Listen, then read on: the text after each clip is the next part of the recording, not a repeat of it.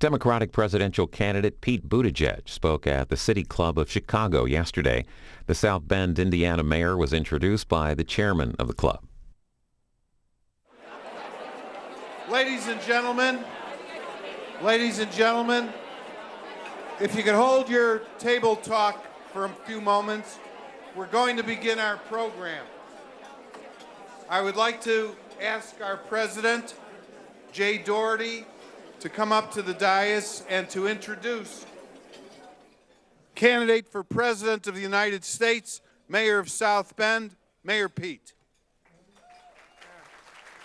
Thank you, Ed, and also thank you to all our board members. I know she was mentioned, but I wanted to acknowledge the City Club tries to encourage everyone to give back in the same rich measure we've received. And I wanted to especially acknowledge a woman who is a young Park District employee, came up with this athletic competition called the Special Olympics. She's with us today, Supreme Court Justice Ann Burke. Let's give her a round of applause. Thank you, Justice. Our guest today is a candidate for the Democratic nominee for President of the United States of America. He is in his 8th and final term or year as mayor of South Bend, Indiana. Our guest today served as a lieutenant in the U.S. Navy Reserve and took an unpaid 7-month leave during his mayoral term to deploy to Afghanistan. He is a Rhodes Scholar and a graduate of Harvard University. Our guest today lives with his husband, Chasten, in the same neighborhood where he grew up with their 2 rescue dogs, Truman and Buddy. Ladies and gentlemen, Mayor Pete Buttigieg. Mayor Pete.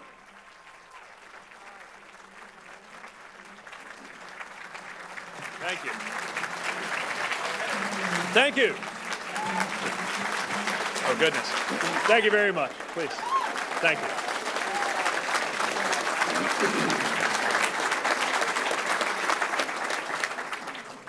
Thank you very much. Thank you for the kind introduction, for the kind invitation. Thank you, Jay Doherty, for hosting us. I want to acknowledge Frank Paul for cooking up the idea of inviting me here and persuading somebody else to go along with it. So thank you to Frank. And it's a real pleasure to be back in Chicago. When I was a consultant, I lived at Wabash and State. I worked at between Clark and Dearborn and Monroe.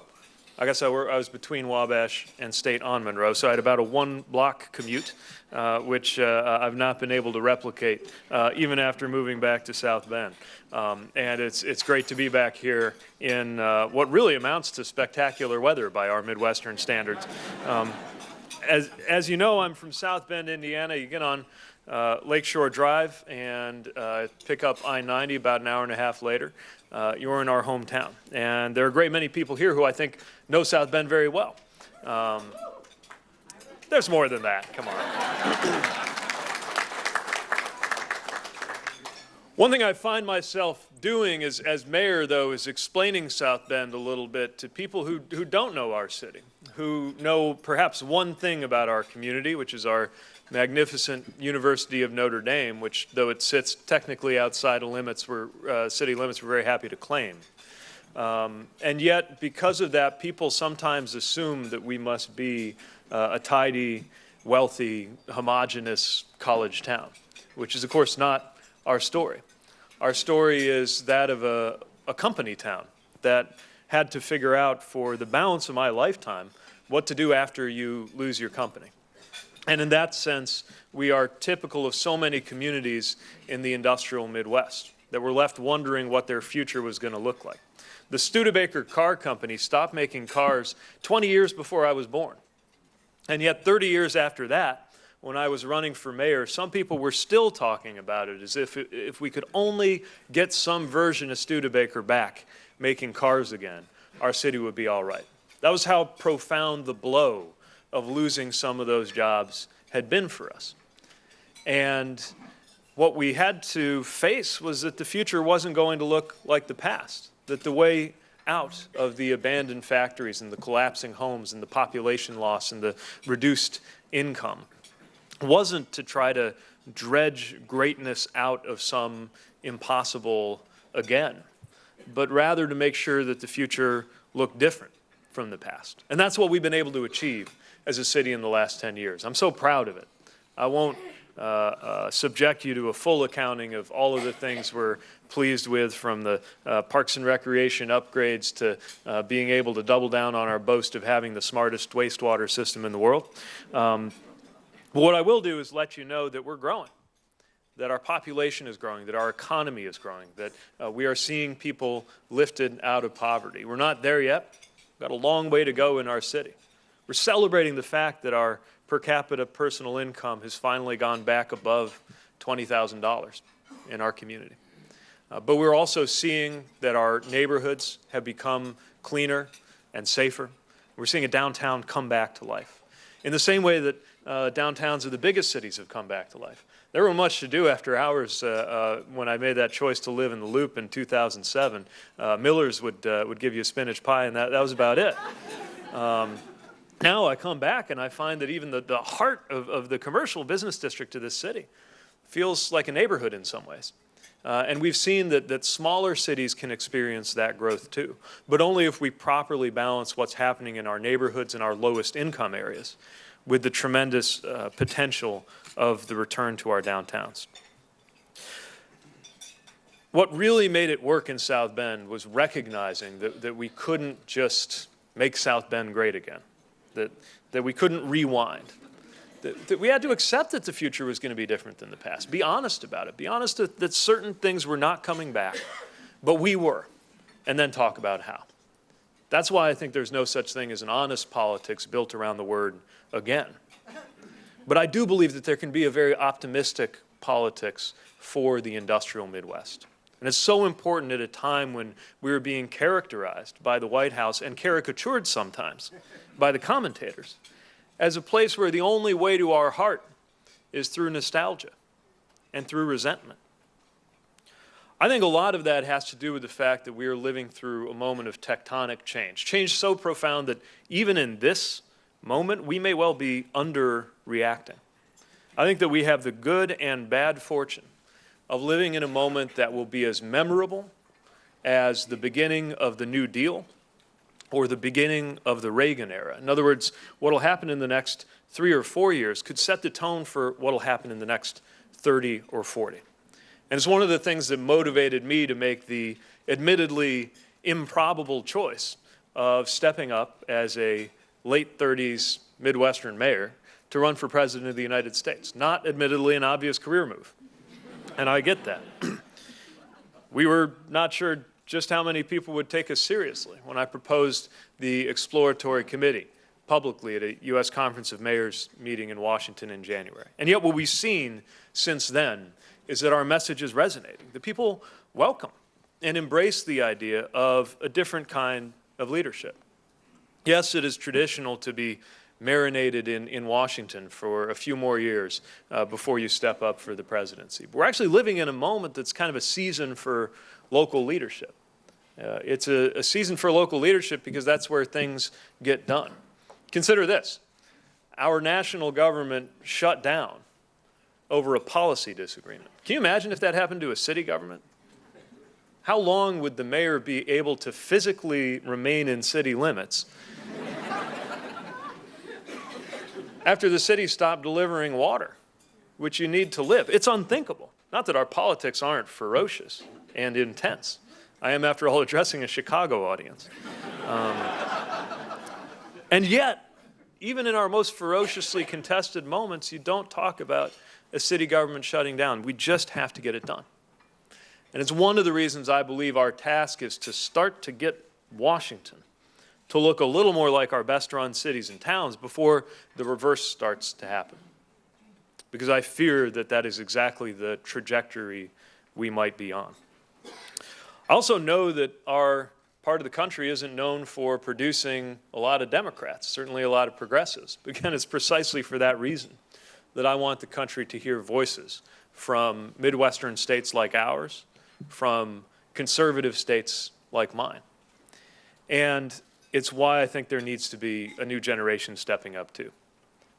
My generation currently is on track to be the first in American history to earn less than our parents if we don't do something to change the trajectory. If you were born when my mother was born, 1945, you had a 90% shot of coming out ahead of your parents. You could more or less assume that that would happen.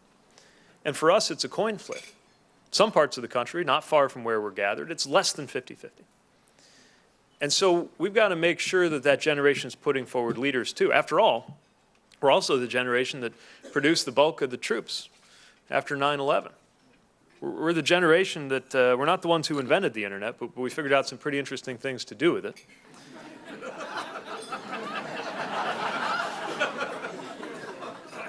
Many of them beneficial, some of them not. All the more reason why it's of tremendous importance that the people in the policy world, in charge of figuring out the left and right boundaries for that, have a sense of what it is they're regulating. Not that you have to be from a new generation to do it. Again, it's an older generation that actually invented this stuff. But that we have to pay attention to, and it can't hurt to have some digital natives entering that conversation, not just in the business and philanthropy world, but in the policy world too. So having that different background, that background of a millennial Midwestern mayor, I think has equipped me to offer maybe a different vocabulary for what my party stands for.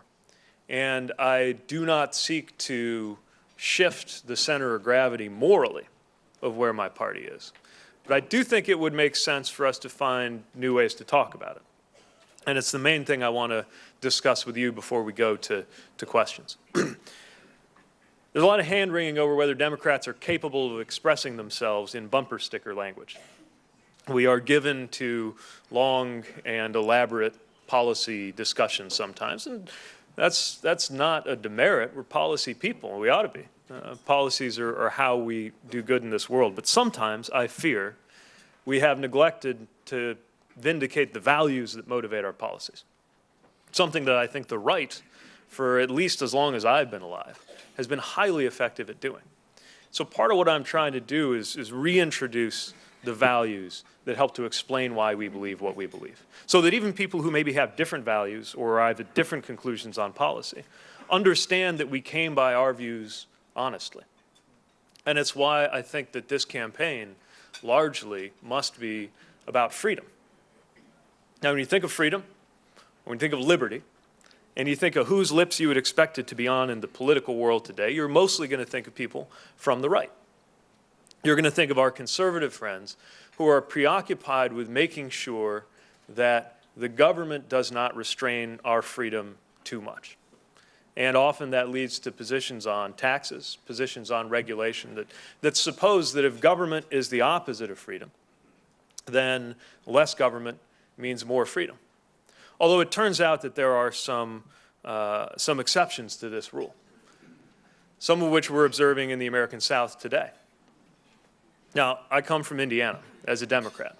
There are people I love, people I trust, people who support me politically, who view this issue differently than I do. But I must say that I don't think that you are free in this country if your reproductive health can be criminalized by government dictatorship.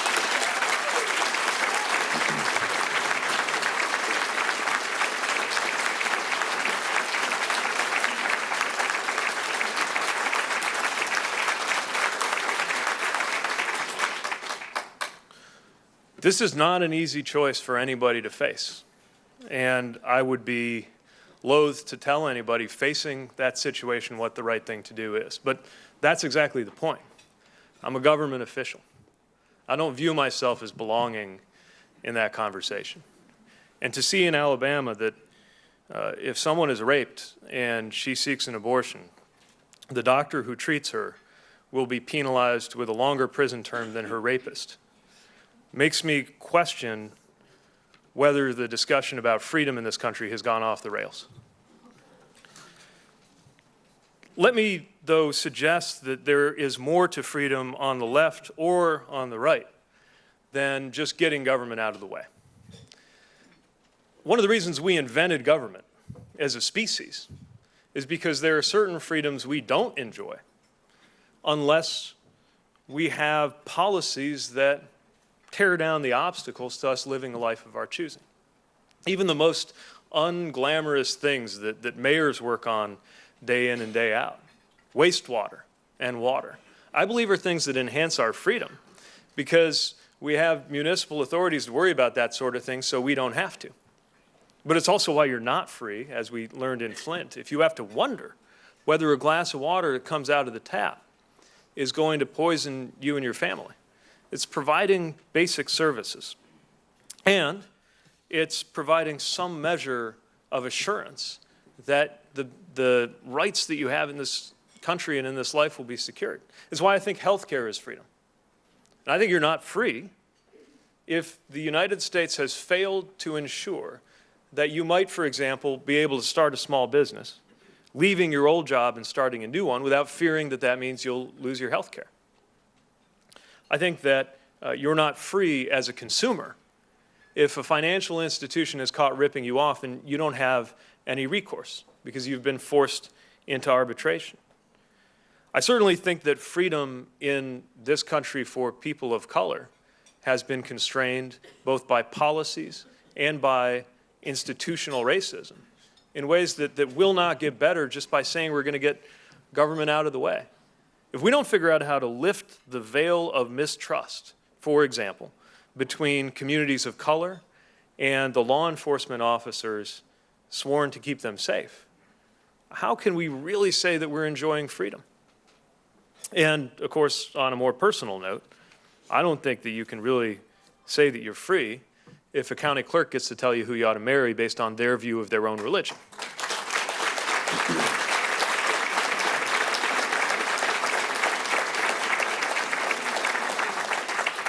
So let's talk about freedom in its richest sense and recognize that good government can help make you free just as much as bad government can help make you unfree, and that how big or small it is only the beginning of the conversation.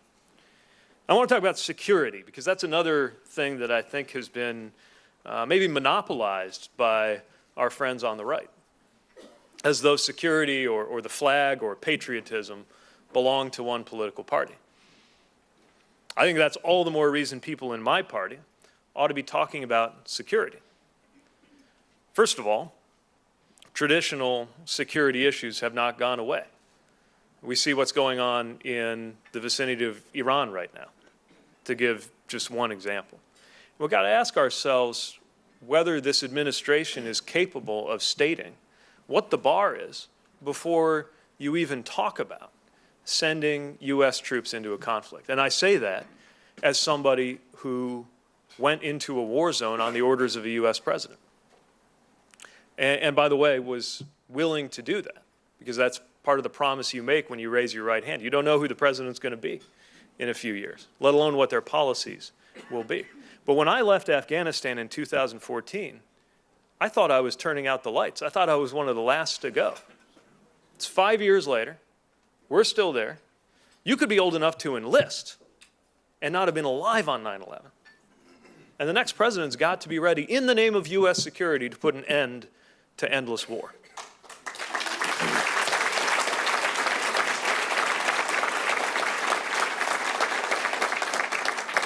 Day before yesterday, we did an event with young men and women signing their commitment letters to go into the military. Some going to the academy, some are enlisting right away, some are joining the Guard. And on one sense, it's a very happy occasion. It makes me nostalgic in the way that somebody who has served inevitably and sometimes unbearably gets around young people starting to serve. And I was very proud of them. And their parents were there, and the school principals were there. It was a great event. But then there's this other voice in the back of my head, actually not so different than the voice that was in the back of my head when I saw high school students from the same high schools in our city gathering together in the March for Our Lives to demand better action on gun safety. And the voice in the back of my yeah, we can applaud that.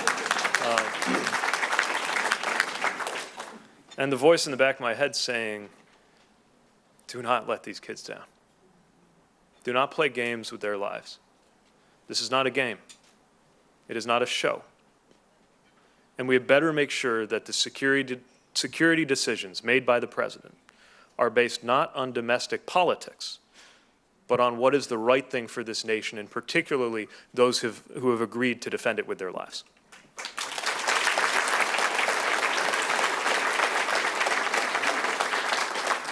And that's just the traditional stuff we talk about when we think about security. This is the 21st century. That means security means cybersecurity.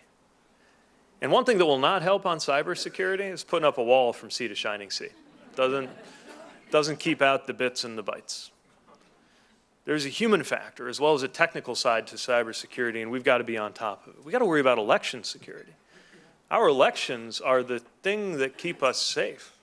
Our elections, a lot more than a collection of rifles, for example, our elections are the thing that see to it that our government works for us and not the other way around. And our elections, for that very reason, have been attacked. So what are we doing to secure our elections? And what are we doing to look after security in the face of a rising tide of violent white nationalism asserting itself at home and around the world? That's security too. That's security in a really big way. And we had better be talking about what may well be the biggest security imperative of our time, which is climate security. There's evidence that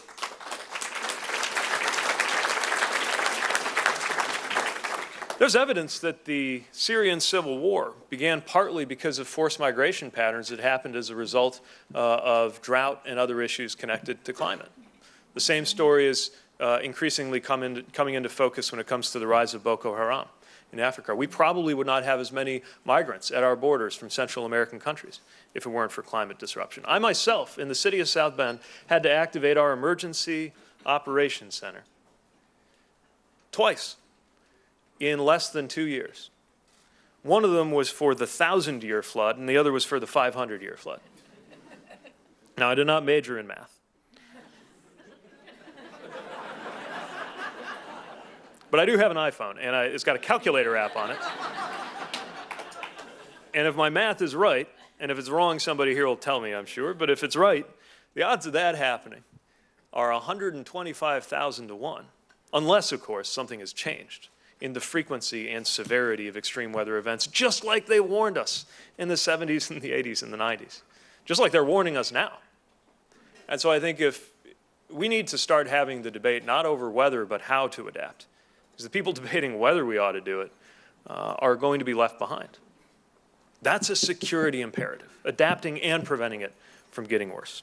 So let's stop talking about freedom and security like they belong on one side of the aisle, and let's have an adult conversation about what it's going to take to do something about that in our century. And in order for that to happen, it brings me to democracy. We'd like to think of ourselves as a democracy. We like to think that democracy was one of the things that was on the line in some of our nation's finest moments, from its very founding to the way that we played a role in beating back tyranny around the world during the time of World War II. But are we really a democracy? Needless to say, our democracy has always been imperfect. There have been patterns of exclusion in our democracy from the very beginning. But I think it would be fair to say, on balance, most of the time, if you zoom all the way out, that most of us would be able to, not all, but most Americans over the years would be able to say that America became at least a little more democratic by the end of their lives than it was at the beginning. And I'm very concerned that if you're my age, you might not be able to say that. We see a rollback of voting rights, largely motivated by people who seem to have included as a partisan matter that they would be more likely to win if fewer people were likely to vote. And to me, that's an indication that your policies probably need to look. But we've seen this happen systematically with voter ID laws, with making it harder to open up polling places in certain areas, with polls closing too early, with all of the obstacles to voting. We are one of the toughest countries to vote in. In Indiana, when you go to the polling place, did it last week, we had our primary, to start picking my successor in South Bend. There's a big poster in the window that says, "Stop." And then it tells you about all the terrible things that will happen to you if you're voting with an invalid ID or so forth. Stop. Is that the message we want to send about our democracy? Stop. You're on your way to vote and exercise your right. People put their lives on the line to defend. Stop. I don't think so. By the way, there's some really basic structural things, in addition to the obstruction, that we've just tolerated because we're just used to it. Can anybody make a principled argument why fellow U.S. citizens living in Washington, D.C., or for that matter, Puerto Rico, have less political representation than we do? Does it make any sense?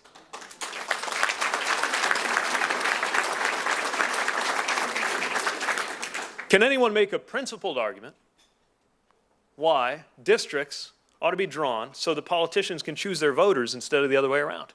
I can't think of any.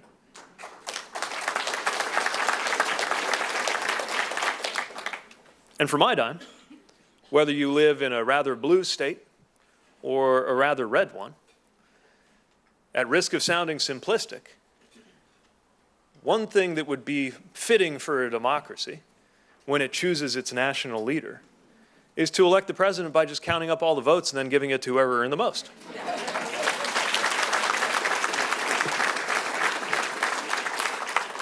That way everybody's vote counts the same. I don't know how you put a thumb on the scale one way or the other and say that it's fair. So let's just count everybody the same. Some of these incredibly simple things don't seem to get much traction in our current environment, which is precisely why our environment needs to change. I would say we need to change the channel from the show that we've all been watching. And that's my response to this presidency. You notice I didn't talk about it much. It's not because I don't think about it rather often. It's that you don't even get a presidency like this unless something's wrong.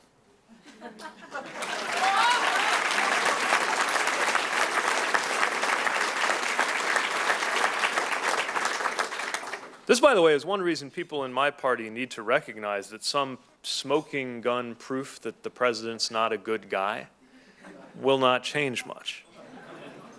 A lot of people, at least where I live, voted with their eyes wide open for a guy they didn't much care for in order to send a message that they wanted to burn the house down.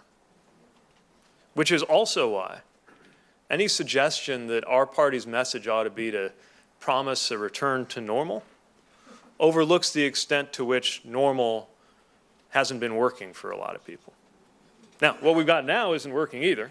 But that's exactly why we've got to create a new normal. So we're not going to go on that show. We're not going to play that game. We're going to change the channel. And that's what my campaign is about.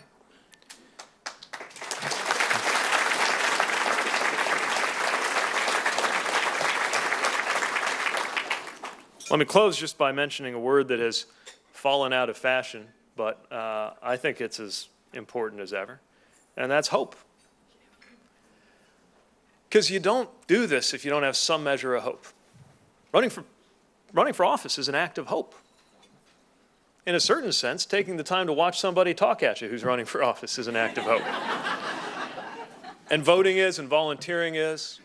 You don't do this unless you think there's some way to make the pulleys and levers of our system work better and make people better off. And when you do that, when you get it right, not that anybody's ever had it perfect, but when you get it right, then I think the freedom, the security, and the democracy we live with will be greatly enhanced so that we will, in fact, by 2054, when I'm entering my retirement and celebrating the fact that I've reached the current age of the current president,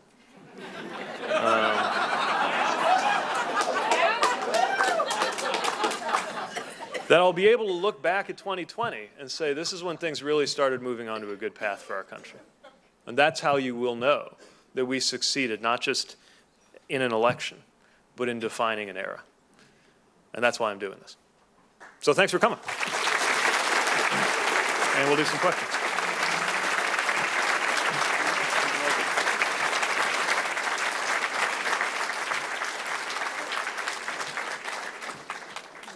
Thank you very much, Mayor Pete. Thank you very much for that. And we have a number of questions here. We'll try to answer as many as we can. The first one is from a former colleague of mine who's actually Professor Emeritus of Political Science at the University of Notre Dame. And he wants to know, his name is Perry Arnold, what are the three most important problems our country must address going forward? Glad you didn't want to know about the trash pickup. We had to move it to where from the back of your house to the front of your house, there's a whole thing.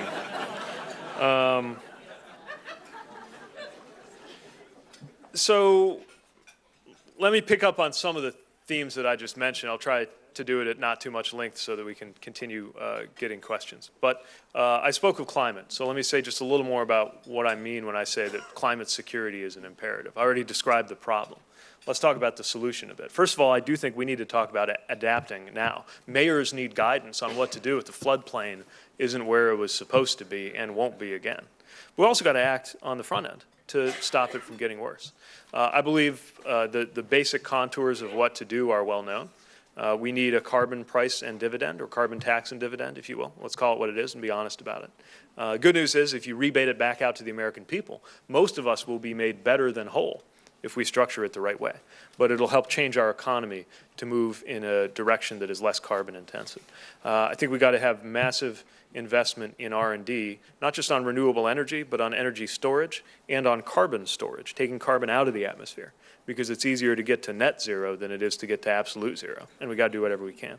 The bigger issue, I think, is that, and this will go to the second thing that I think is a big issue, we obviously have a bit of a crisis of unity in this country, no sense of common purpose. I would also argue that we need something of a national project, that America does better when it is compelled to work on something hard. Sputnik provoked a national project, for example. So did World War II.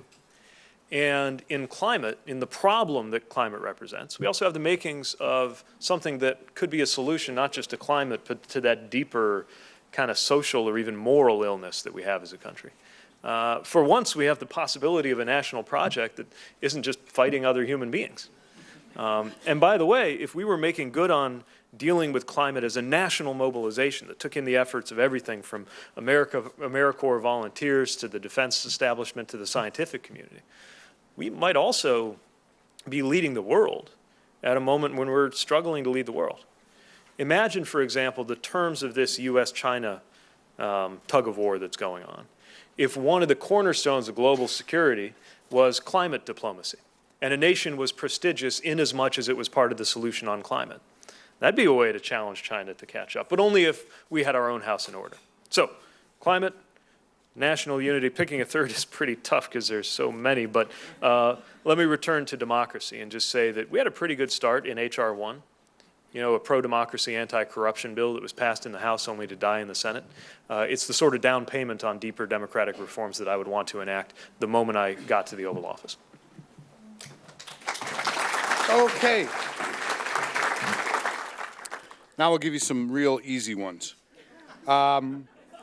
This is from Joanna Camwell, I think. Joanna, where are you? Are you here? Right over there. Okay, thank you, Joanna.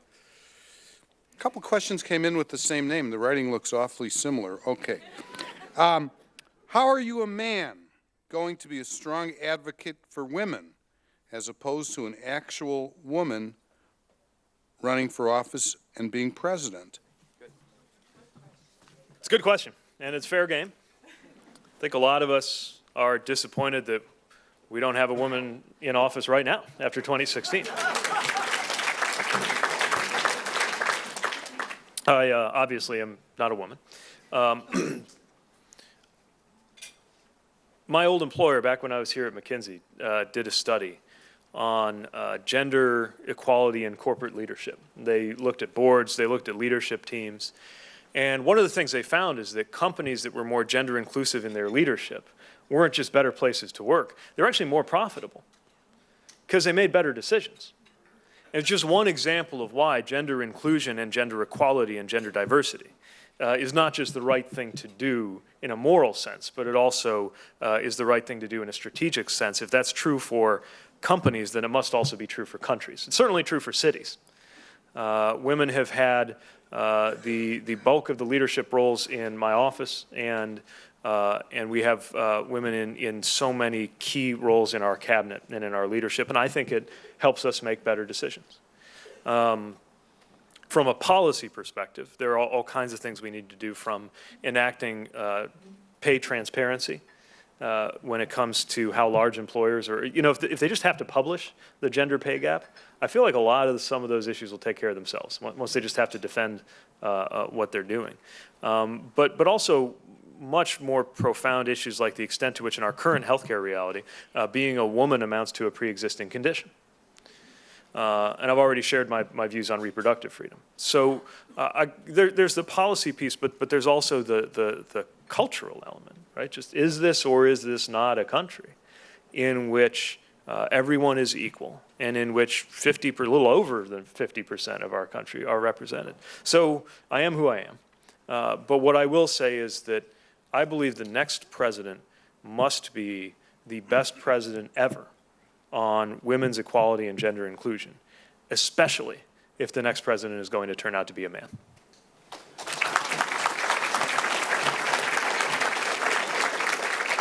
So can we take from your comments, Mayor Pete, that you would be very happy to have as your running mate for vice president, you don't have to give us any names, but a woman?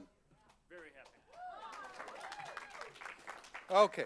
This is from City Club member Bonnie Allen. Bonnie, where are you? Back there. Okay.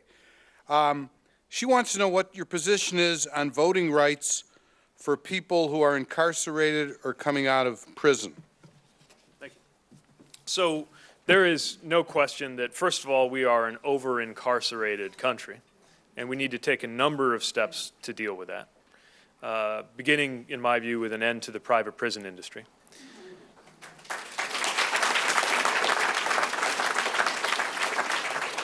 But also including steps from sentencing reform to making sure, as we move toward legalization of marijuana, as I believe we must, that we are also pursuing a retroactive policy of expungements in order to deal with cases of incarceration where the incarceration did more harm than the offense that led to the sentence.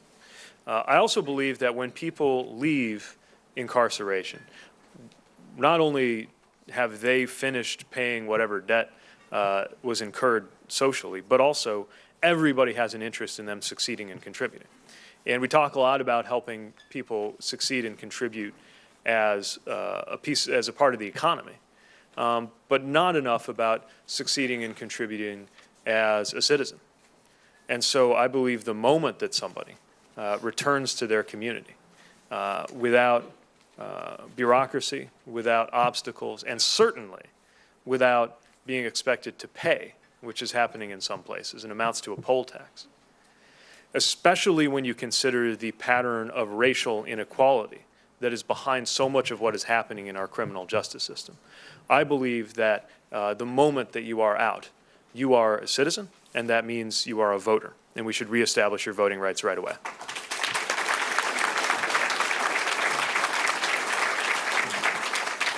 Questions deserve a full answer, so I should acknowledge that some in the activist community would like me to go a step further and extend that to those currently incarcerated. I don't feel comfortable taking that step, but I'm continuing to listen to people who have had some pretty compelling things to say about why they view that issue differently than I do, and that dialogue has been beneficial to me. Okay. By the way, I think that there are 2 states, Maine and Vermont, that allow people who are incarcerated to vote. Okay, we've got some really good questions here. We'll try to address as many as we can. This is from Joe Kallenbach with the McHenry County Economic Development Commission. Joe, where are you? Okay. He'd like to know what can be done to revitalize economic conditions in rural and suburban communities. Obviously, this is something I think about a lot.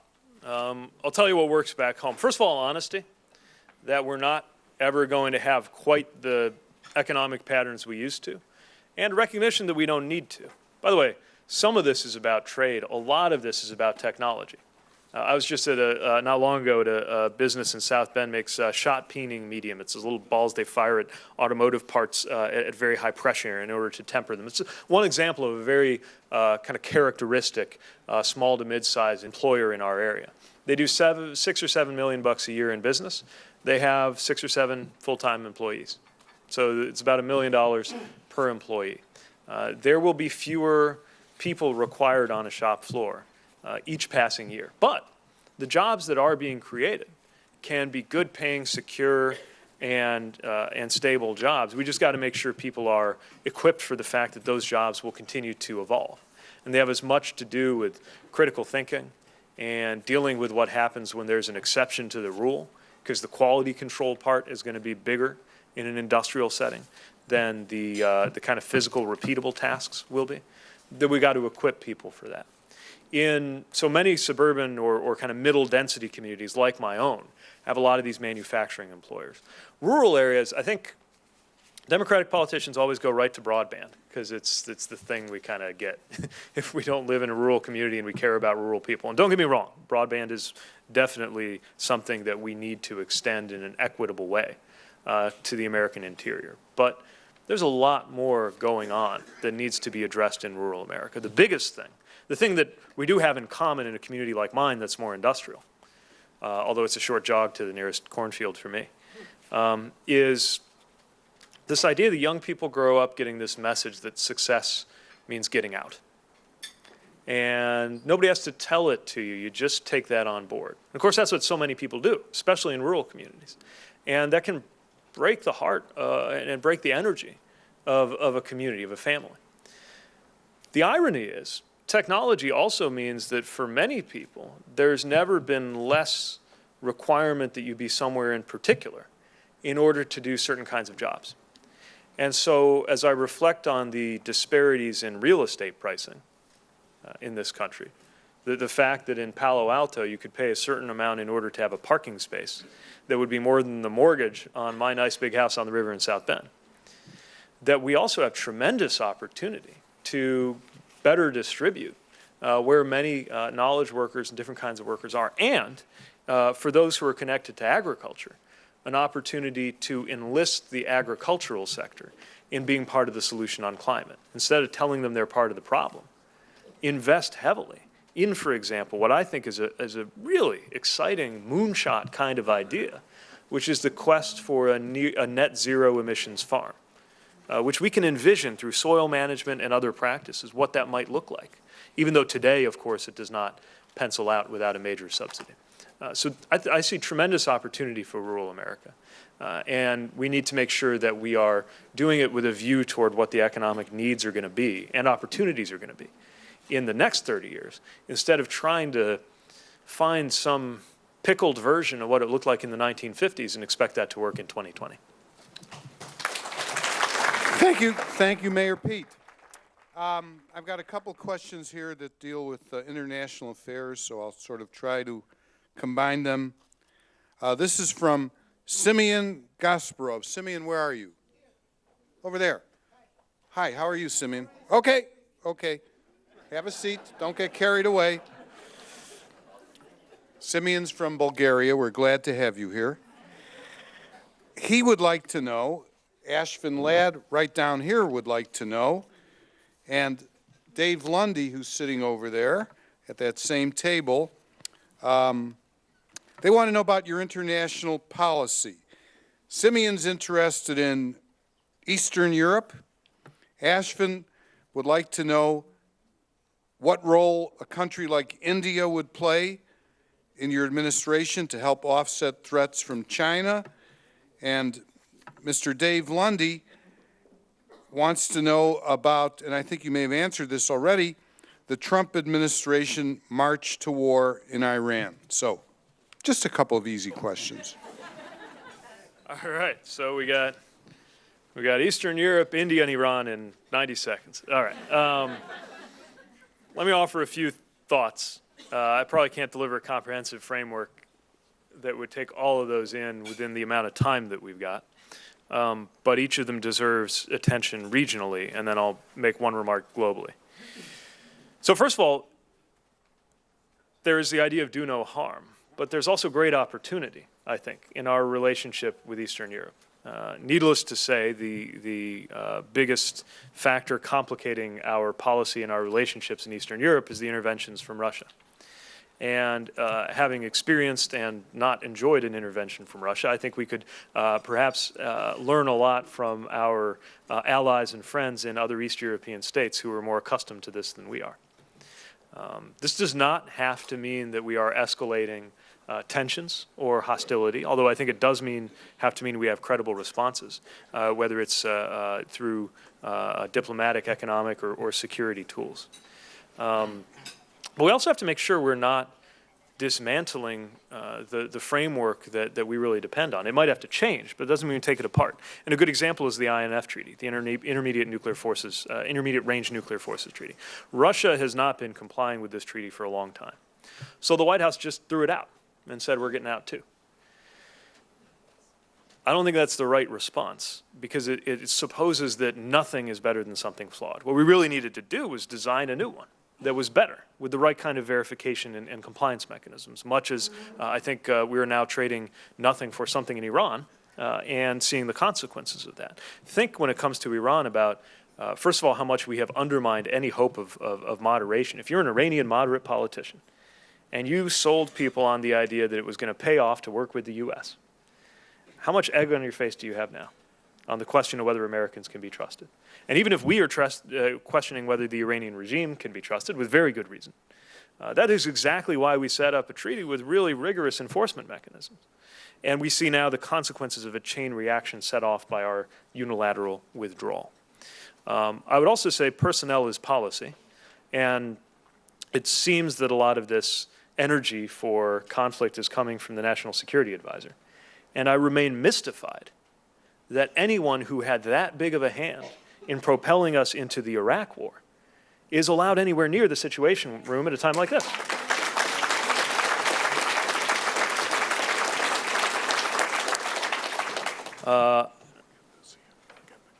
Okay. I guess we're in trouble. I just got a call from Wolf Blitzer. He's waiting to talk to you. I'm very fond of India. They're a very important ally, and we're glad we have a democratic country of that size in it.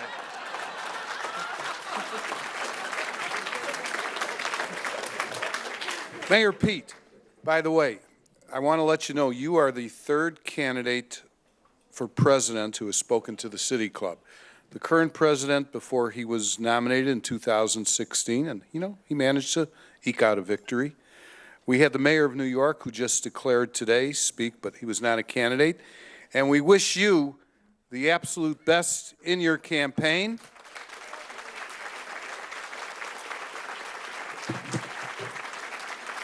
Just pull someone's card out of here. Good. Okay. First of all, you talked about transparency. Here's the City Club of Chicago transparent coffee mug. A one-year membership in the City Club. Says presidential candidate. You may come back, it'll say president. Okay. And the winner of our $200 Maggiano gift certificate. Thought you were going to be assigned to the campaign, huh? Okay. Mr. Don Davis from the Browner Group. Don, where are you? There you go. Everybody, thank you very much. Good luck to our speaker.